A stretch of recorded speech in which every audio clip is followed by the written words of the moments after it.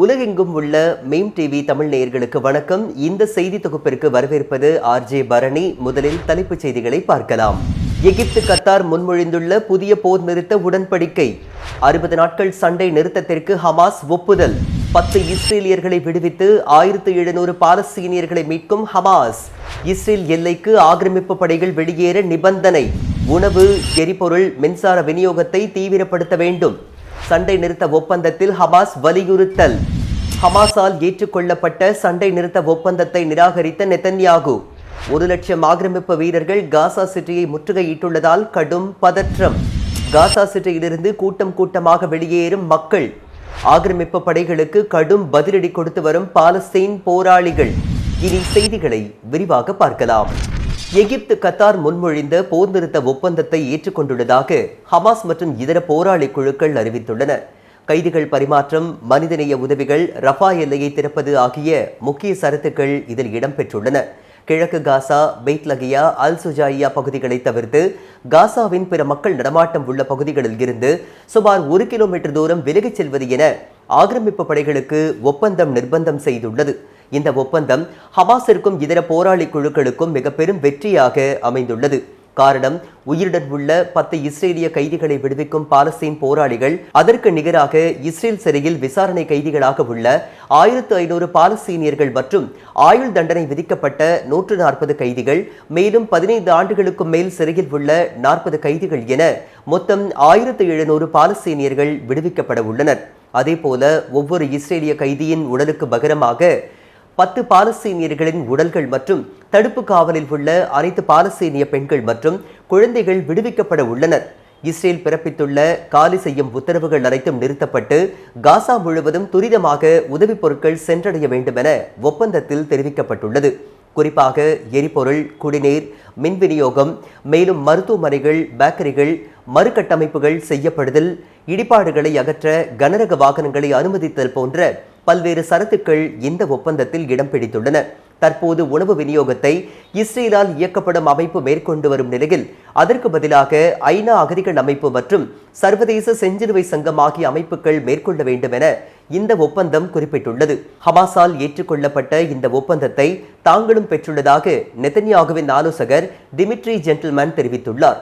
இது குறித்து எகிப்து அதிகாரி ஒருவர் ராய்ட்டர் செய்தி நிறுவனத்திற்கு அளித்த பேட்டியில், கைதிகள் பரிமாற்றத்திற்கு ஏதுவாக 60 நாட்கள் தற்காலிக போர் நிறுத்தம் முன்மொழியப்பட்டுள்ளதாகவும் இந்த நிரந்தர போர் நிறுத்தத்தை நோக்கிய பாதை என்றும் கூறியுள்ளார். இஸ்ரேல் ஹயோம் பத்திரிகை வெளியிட்டிருக்கும் செய்தியில், முதல் கட்டமாக 60 நாட்கள் போர் நிறுத்தம் ஏற்படுவதாகவும் இந்த காலகட்டத்தில் ஹமாஸ் உயிருடன் உள்ள 10 இஸ்ரேலிய கைதிகள் மற்றும் 18 உடல்களை ஒப்படைத்து 1200க்கும் மேற்பட்ட பாலஸ்தீன கைதிகளை மீட்க உள்ளதாக குறிப்பிட்டுள்ளது. மேலும் 2ஆம் கட்ட போர் நிறுத்தம் என்பது காசாவின் ஆட்சி மாற்றம் பற்றியது என்றும் அமெரிக்கா தலைமையிலான சர்வதேச நாடுகள் அடங்கிய அமைப்பு காசாவை நிர்வாகம் செய்யும் வகையில் அதிகார மாற்றம் குறித்து 2ஆம் கட்ட போர் நிறுத்த பேச்சுவார்த்தை அமையும் என்று குறிப்பிட்டுள்ளது. முன்னதாக இஸ்ரேல் ஊடகம் ஒன்று வெளியிட்டுள்ள செய்தியில், ஹமாஸால் ஏற்றுக்கொள்ளப்பட்ட ஒப்பந்தத்தை அமெரிக்கா இஸ்ரேலிடம் வழங்கியதாகவும் அந்த ஒப்பந்தத்தில் இஸ்ரேல் படைகள் காசாவிலிருந்து படிப்படியாக வெளியேற வேண்டும் என குறிப்பிடப்பட்டுள்ளதாகவும் சுட்டிக்காட்டியுள்ளது. போர் நிறுத்த பேச்சுவார்த்தைகள் ஒரு பக்கம் தீவிரமடைந்தாலும் இஸ்ரேலிய ஆக்கிரமிப்பு படைகளின் தாக்குதல்களுக்கு பாலஸ்தீன போராளி குழுக்கள் தக்க பதிலடி கொடுத்து வருகின்றன. காசா சிட்டி அருகே அமைந்துள்ள அல் ஜெய்தூன் பகுதியில் இஸ்ரேலிய ஆக்கிரமிப்பு படையினரை வரவழைத்த போராளிகள் கண்ணிவெடியின் மூலம் தாக்குதலை அரங்கேற்றினர். இதில் கொல்லப்பட்ட மற்றும் காயமடைந்த ஆக்கிரமிப்பு வீரர்கள் தூக்கிச் செல்லப்படும் காட்சிகளையும் அவர்களது வாகனம் மற்றொரு உதவி வாகனம் மூலம் இழுத்துச் செல்லப்பட்ட காட்சிகளையும் ஆவணப்படுத்தியுள்ளனர். வடக்கு காசாவின் ஜபாலியா அல்பலாத் பகுதியில் தங்களது ஸ்டோன்ஸ் ஆஃப் டேவிட் என்ற நடவடிக்கையின் ஒரு பகுதியாக இஸ்ரேலிய ஆக்கிரமிப்பு வாகனத்தை குறிவைத்து மோர்டார் ஆயுதம் மூலம் தாக்குதல் நடத்தியதையும் அவர்கள் ஆவணப்படுத்தியுள்ளனர். காசா சிட்டியின் தெற்கு அல் ஜெய்தூன் பகுதியில் மற்றொரு பாலஸ்தீன ஆயுத குழுவான அல்குட்ஸ் படை பள்ளிக்கூடம் ஒன்றில் முகாம் அமைத்திருந்த ஆக்கிரமிப்பு படைகளை குறிவைத்து மோர்டார் தாக்குதல் நடத்தியதோடு ஆக்கிரமிப்பு படையின் ஆளில்லா விமானம் ஒன்றையும் கைப்பற்றியதாக அறிவித்துள்ளது. வடக்கு கான்யூனிஸில் செயல்பட்டு வந்த ஆக்கிரமிப்பு படைகளின் கமாண்ட் மற்றும் கண்ட்ரோல் மையத்தின் மீது 107 mm ராக்கெட் மற்றும் மோட்டார் ஆயுதம் மூலம் தாக்குதல் நடத்தியதாக அல்-அக்ஸா தியாகிகள் படை தெரிவித்துள்ளது. ஹமாஸின் அல்-கசாம் படை புதிய போர் நுணுக்கங்களை கடைபிடிப்பதில் பரிணாம வளர்ச்சி அடைந்துள்ளதை தாங்கள் கண்டறிந்திருப்பதாக ஆக்கிரமிப்பு ராணுவ அதிகாரி ஒருவர் இஸ்ரேலின் மேரிவ் செய்தித்தாளுக்கு பேட்டியளித்துள்ளார். இஸ்ரேல் ஆக்கிரமிப்பு வீரர்களை களத்தில் நேருக்கு நேர் எதிர்கொண்டு தங்களது துணிச்சலை ஹமாஸ் வீரர்கள் வெளிப்படுத்தி வருகின்றனர். சில வாரங்களுக்கு முன்பு பெய்ட் ஹானோனில் இஸ்ரேல் படையினர் வழக்கமாக பயன்படுத்தும் சாலைகளில் கண்ணிவெடியை புதைப்பது, டாங்கி எதிர்ப்பு ஆயுதங்களை கொண்டு தாக்குவது போன்ற பல்வேறு நடவடிக்கைகள் கணிசமாக அதிகரித்து காணப்பட்டுள்ளது. கடந்த மாதம் ஹமாஸ் வெளியிட்டிருக்கும் ஒரு அறிக்கையில் விரிவான நீடித்த போருக்கு தயாராகி இருப்பதாகவும் புதிய ராணுவ தாக்குதல் யுக்திகள், ஆயுதங்கள் மற்றும் துணிச்சல் மூலம் ஆக்கிரமிப்பு படைகளை எதிர்கொள்வோம் என்று அறிவித்திருந்தது குறிப்பிடத்தக்கது. இதனிடையே காசாவில் ஹமாஸ் நடத்திய தாக்குதலில் 2 இஸ்ரேலிய படையினர் காயமடைந்ததாக ஆக்கிரமிப்பு ராணுவம் ஒப்புக்கொண்டுள்ளது.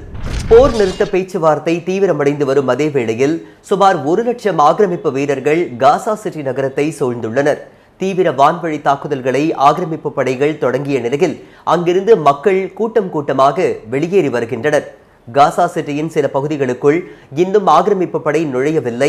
அங்குதான் கைதிகள் வைக்கப்பட்டிருப்பதாகவும் ஹமாஸ் கட்டமைப்பு அங்கு வலுவாக உள்ளதாகவும் ஆக்கிரமிப்பு ராணுவம் கூறி வருகின்றது. இந்நிலையில் அந்த பகுதியை கைப்பற்றுவதற்கான உத்தரவை இஸ்ரேல் அமைச்சரவை வழங்கியது. இதனைத் தொடர்ந்து இஸ்ரேலின் தலைமை ராணுவ தளபதி ஜமீர் மக்கள் அந்த பகுதியில் இருந்து வெளியேறுவதற்கு உத்தரவிட்டுள்ளார். இதனையடுத்து ஒரு பக்கம் மக்கள் கூட்டமாக வெளியேறி வருகின்றனர். மறுபக்கம் ஆக்கிரமிப்பு ராணுவம் வான்வழி தாக்குதல்களை தீவிரப்படுத்தி வருகின்றது. பேச்சுவார்த்தையின் போது ஹமாஸிற்கு அதிக நிர்பந்தம் கொடுக்க இந்த தாக்குதல்களை நடத்துவதாக ஆக்கிரமிப்பு ஊடகங்கள் தெரிவித்துள்ளன. அதே நேரம் இந்த தாக்குதல்களில் எத்தனை அப்பாவி பெண்கள், குழந்தைகள் கொல்லப்படுவார்கள் என்பது பின்னரே தெரியவரும். இஸ்ரேலின் நோக்கங்கள் நிறைவேறும் வரை போர் நிறுத்தம் கிடையாது என்று நெதன்யாகு அறிவித்துள்ளார்.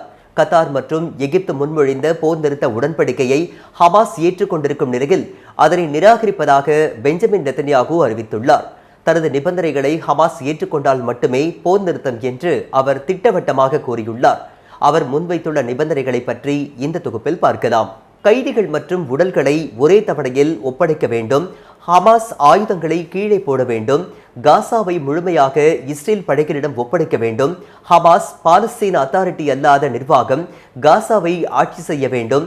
எந்த நேரத்திலும் இஸ்ரேல் நினைத்தால் காசாவில் படைகளை குவிக்கும் சூழல் நிலவ வேண்டும் போன்ற பல்வேறு நிபந்தனைகளை நெதன்யாகு முன்வைத்துள்ளார். தற்போதைய போர் நிறுத்த உடன்படிக்கை இதற்கு வழிவகை செய்யாது என்பதால் காசா சிட்டி மீதான தாக்குதலை தீவிரப்படுத்த நெதன்யாகு உத்தரவிட்டுள்ளார்.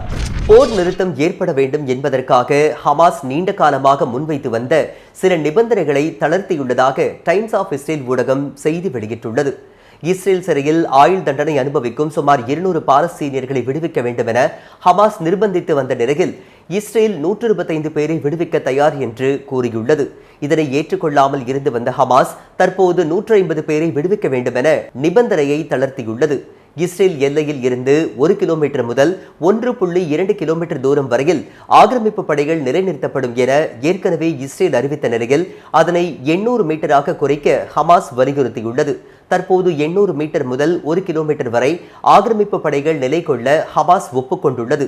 இதனிடையே ஹமாஸால் ஏற்றுக்கொள்ளப்பட்ட உடன்படிக்கை குறித்து இஸ்ரேலின் தூதுக்குழு தலைவர் அமைச்சர் ரான் டெர்மர் அமெரிக்க சிறப்பு தூதர் ஸ்டீவ் விட்காஃபுடன் ஆலோசனையில் ஈடுபட்டிருப்பதாகவும் டைம்ஸ் ஆஃப் இஸ்ரேல் ஊடகம் செய்தி வெளியிட்டுள்ளது. அகண்ட இஸ்ரேல் என்ற வார்த்தையை நெதன்யாகு பயன்படுத்தியதன் விளைவாக கட்டாய ராணுவ சேவைக்கு அண்டை நாடான ஜோர்டான் உத்தரவிட்டுள்ளது. ஜோர்டானில் 18 வயது நிரம்பிய அனைவருக்கும் கட்டாய ராணுவ சேவை அமலில் இருந்த நிலையில் இஸ்ரேலுடன் 1994ஆம் ஆண்டு அமைதி உடன்படிக்கை கையெழுத்தான நிலையில் அது ரத்து செய்யப்பட்டது.